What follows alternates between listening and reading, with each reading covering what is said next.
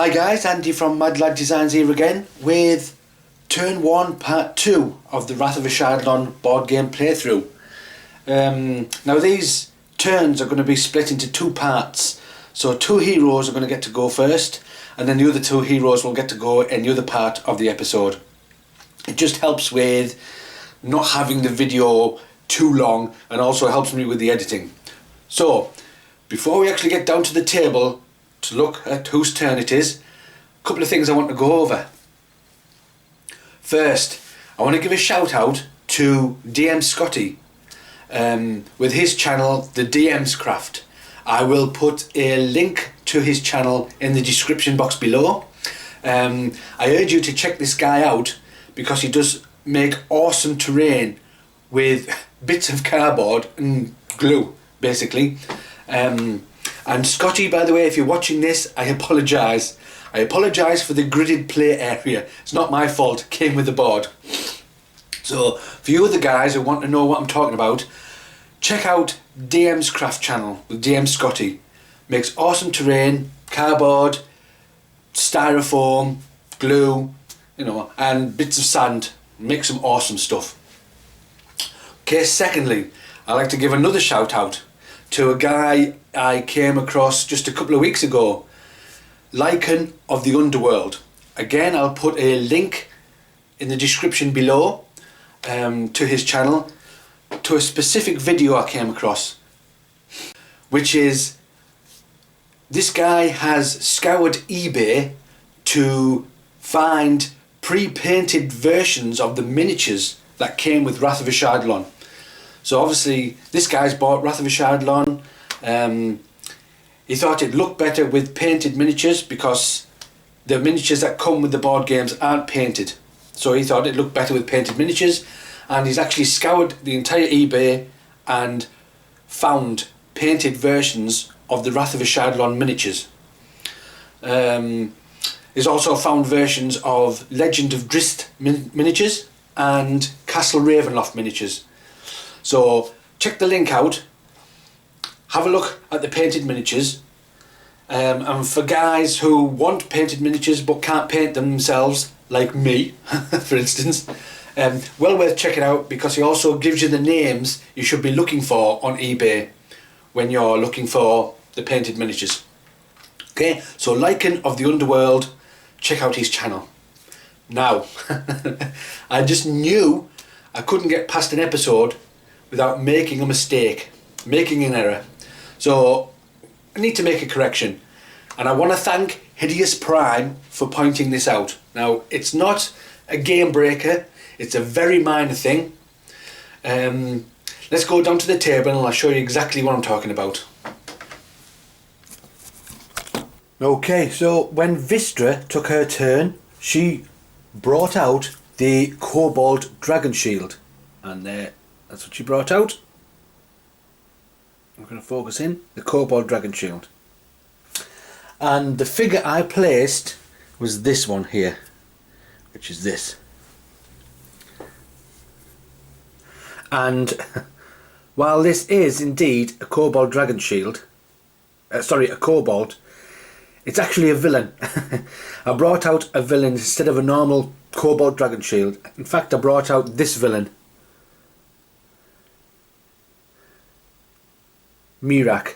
So not only have monsters been surrounding the heroes, villains are now being thrown into the mix as well. I'll put that on there so you can see.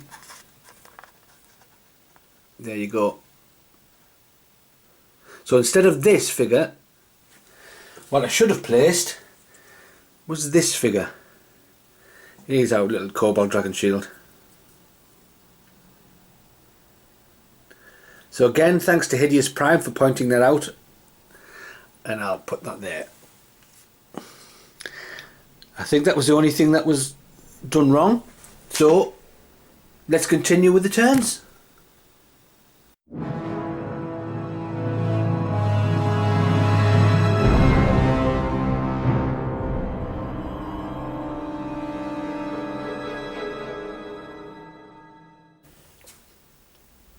So it's now the turn of Quinn, our mighty human cleric.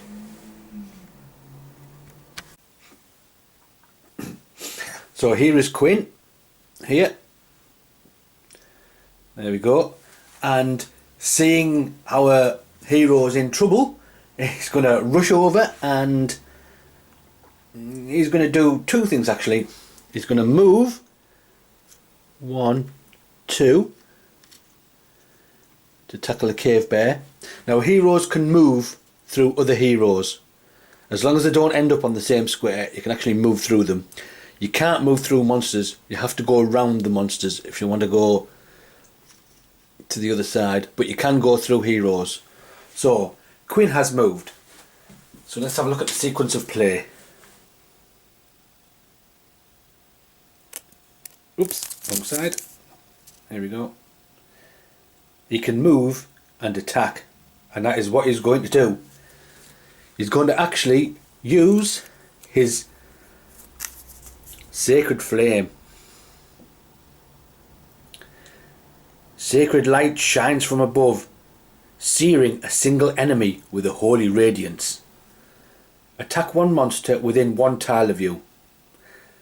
If you hit, choose yourself or one hero on your tile, and that hero gains 1 hit point. Well, Quinn is down to 6 hit points out of 8, so I think he needs it. And the attack is +6. Can we focus in? Yeah, a +6. So we're going to roll our dice and see what we get. Okay, so here we go. Now, instead of rolling the dice all over the table, I've actually got something I'm going to roll the dice into. I actually have a dice tower, believe it or not. Here we go. The dice is placed in there, and it comes through and it lands down there.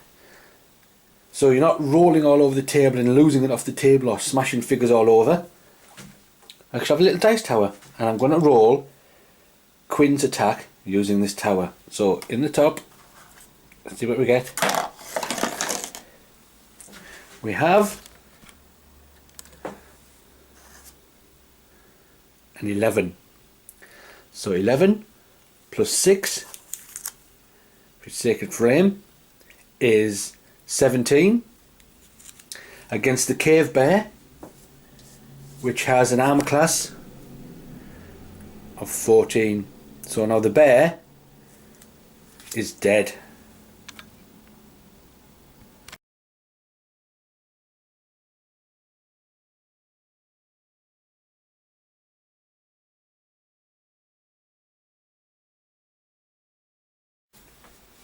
Okay, so the bear is now gone.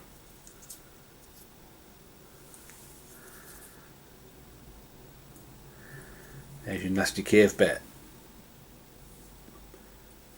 Okay, so we can remove that. A couple of things are going to happen here. According to his Sacred Flame, if he hits, which he has done, he's going to regain a hit point. So 1 more hit point is placed back on Quinn. Excellent.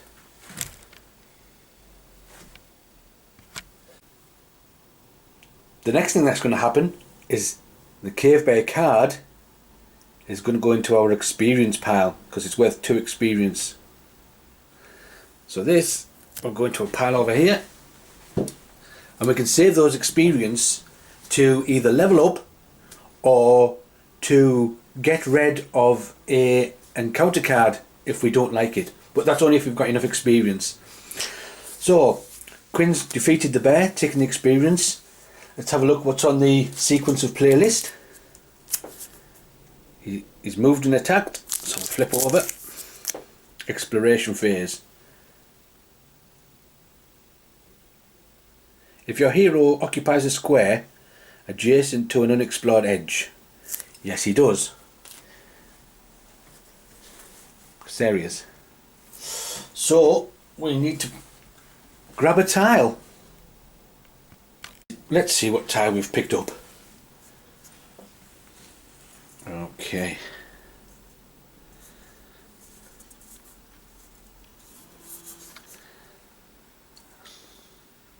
So that tile now goes into play.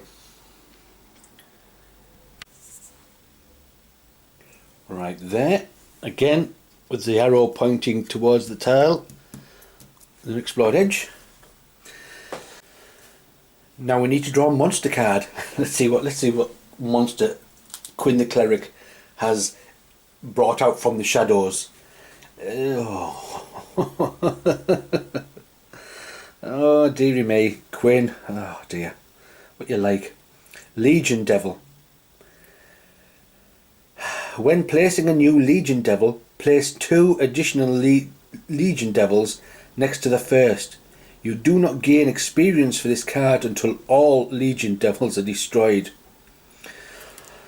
So not only does 1 Legion Devil appear,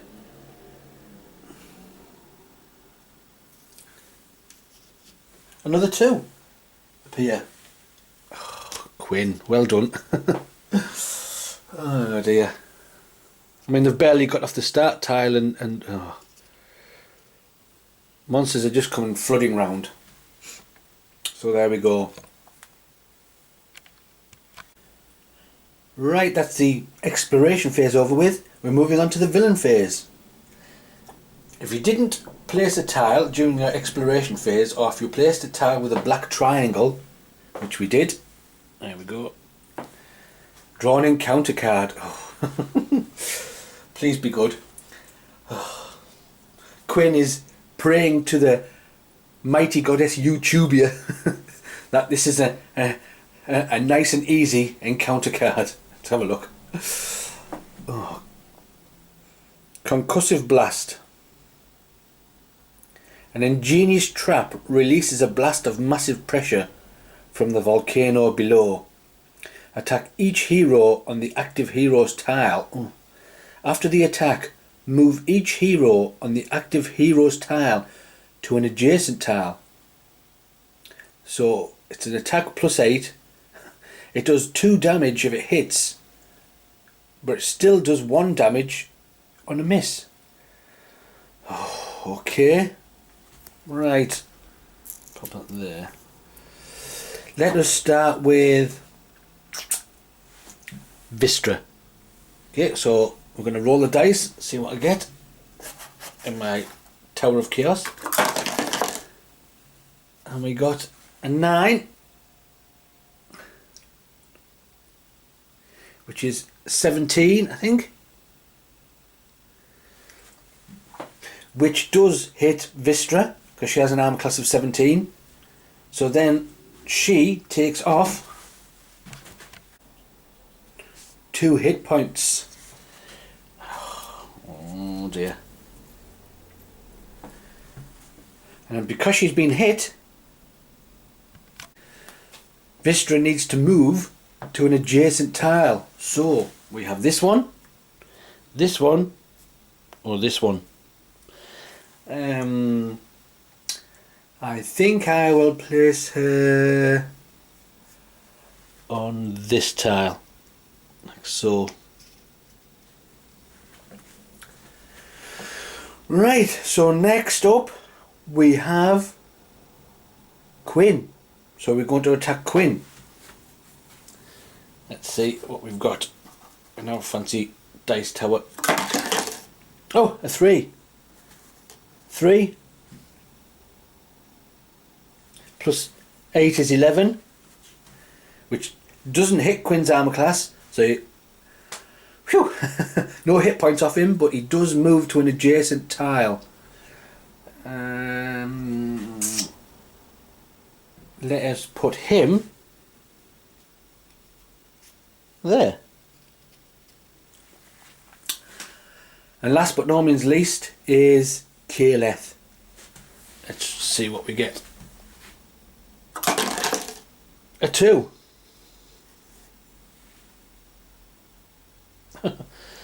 So that's a miss. So Caleth doesn't get no hit points. Oh, sorry, I do apologise. Yes, caught it just in time. Yes, they do. If you look at the damage, on a miss, it's 1 damage. Nearly missed that there. So both Quinn and Caleth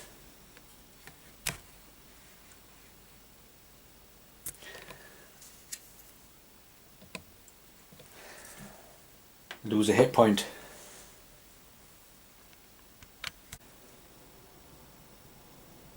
And Caleth is also moved to an adjacent tile.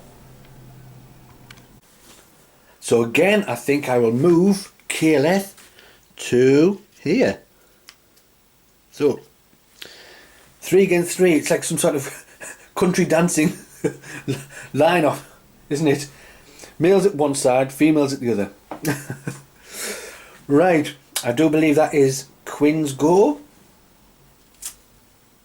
Apart from the attack of the monsters, we can get rid of the concussive blast. That's done its duty. So now we have Quinn's Legion Devils. Let's take a look.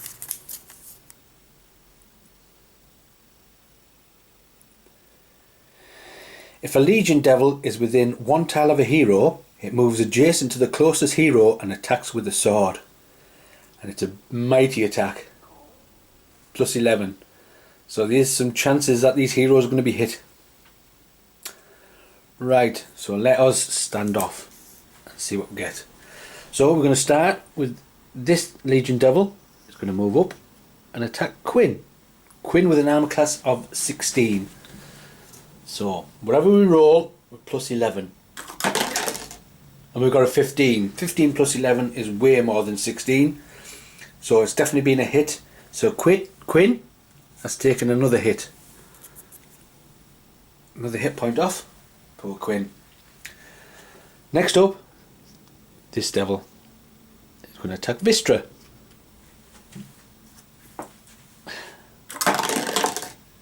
With a 5. That's 16. Vistra's armor class is 17. It's a miss. So nothing happens. She doesn't get any hit points taken off her. Whew. Bit of good luck there. Next up, oops, is the last Legion Devil, who's attacking Caleth.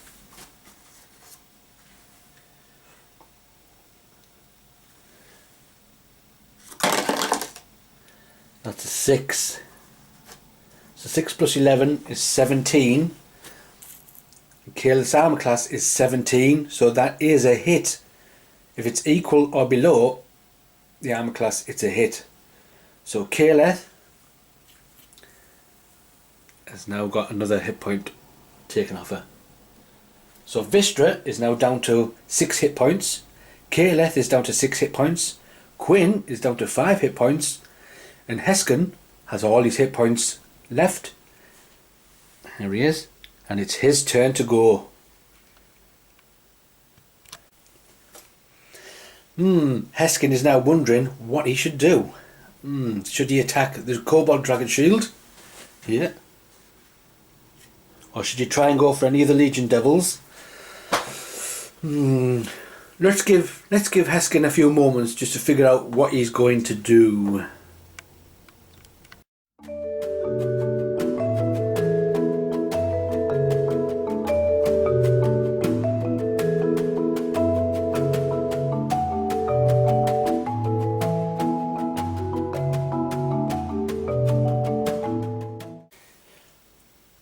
Okay, Heskan has decided what to do.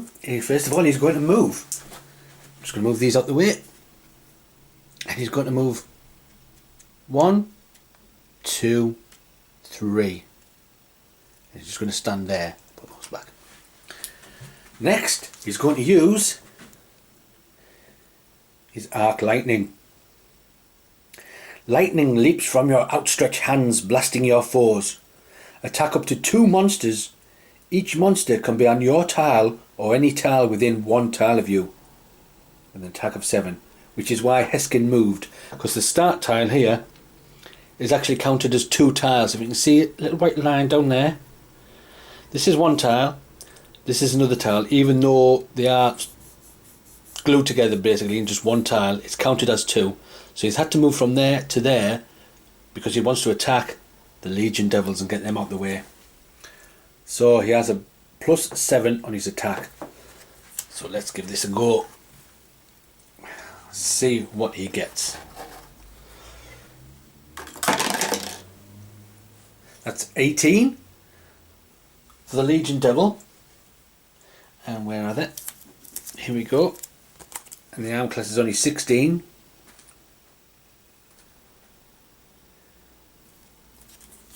So one of the Legion Devils is now down. And we'll take it from Quinn. Bye bye, Mr. Devil. And now we can, using his Arc Lightning, we can attack yet another monster. And he's going to attack another Legion Devil. And it will be this one in front of Vistra. Let's see what we get. So 5 plus 11, 16.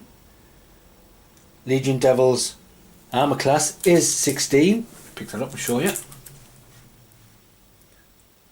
So that is definitely a hit. Legion Devil is down. Oh, right, at least we're smoothing out some of the monsters, we're getting rid of some of the monsters. But, because he hasn't revealed the tile this go, we will get an encounter card, which are always bad. So, okay Heskan, let's see which encounter card you have. Unnatural Corruption. The Far Realms has an unnatural effect on the dungeon. Draw 5 monster cards, discard any monster that is not an aberrant, shuffle the remaining cards and put them on top of the monster deck. Draw 5 monster cards, discard any monsters that are not an aberrant, shuffle the remaining cards and put them on top of the deck. Okay, let's do that right now. Okay, so let's pick our 5 monster cards and see what we get. 1, 2, 2, 3, 4, 5. Let's take a good look at what these are. So here we have our monster cards. Let's take a look. We have a snake. Now can you see here? It says reptile. It tells you what type of creature it is. In this case it's a reptile and we are looking for, bear with me a second, I'm going to grab that. We're looking for aberrants. So snake is a reptile, so it's definitely not an aberrant. Orc archer, well that's his orc, so that's not an aberrant. This is an animal. This is a reptile and a sentry. And this one's a human. So you have no aberrants in the monsters we've picked up. So this basically has no effect, once we zoom in, because none of the cards we picked up was an aberrant. So all those 5 cards are discarded. And I think that is the end of Heskan's turn. Oh, right. One last thing is, when you kill a monster, you gain a treasure card. Now, the cave bear was killed. And I forgot to take a treasure card, so I'm going to do that right now. And the treasure is Boots of Striding. These simple leather boots make you feel light on your feet. Play this item immediately and you gain a +1 to speed while this item is in play. Now, when you gain a treasure card, it doesn't automatically go to the person who killed that monster. It's what's called a party treasure item. Basically, you look at your heroes and you decide which hero would be better using that particular treasure item. So I'm going to give the Boots of Striding to someone who can't move very fast, and we'll give it to Quinn. We're going to give that to Quinn. Quinn now has the Boots of Striding. Okay. We also killed 2 Legion Devils. So for each Legion Devil, we get another treasure card. Ooh, nice. Throwing shield. You throw your shield at a nearby enemy, after which the shield returns in a graceful arc. Play this item immediately. You gain a +2 bonus to armor class while this item is in play. Lovely. Attack one monster within 2 tiles of you. This action does not count as an attack action. So, in effect, you can have 2 attacks. You can use this and your normal attack. This is one of the better items in the game. I'm not sure I'm going to give this to. I'll put that to one side for now. And I'm going to get the other treasure card for the other Legion Devil that was destroyed. Dwarven Hammer.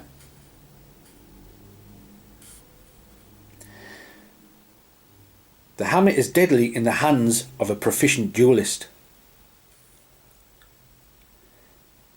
You gain a +1 bonus to attack rolls against adjacent monsters while this item is in play. If you choose not to move during your hero phase, this bonus increases to +3 until the end of your hero phase. Oh, that's very nice. So we have the throwing shield and the dwarven hammer.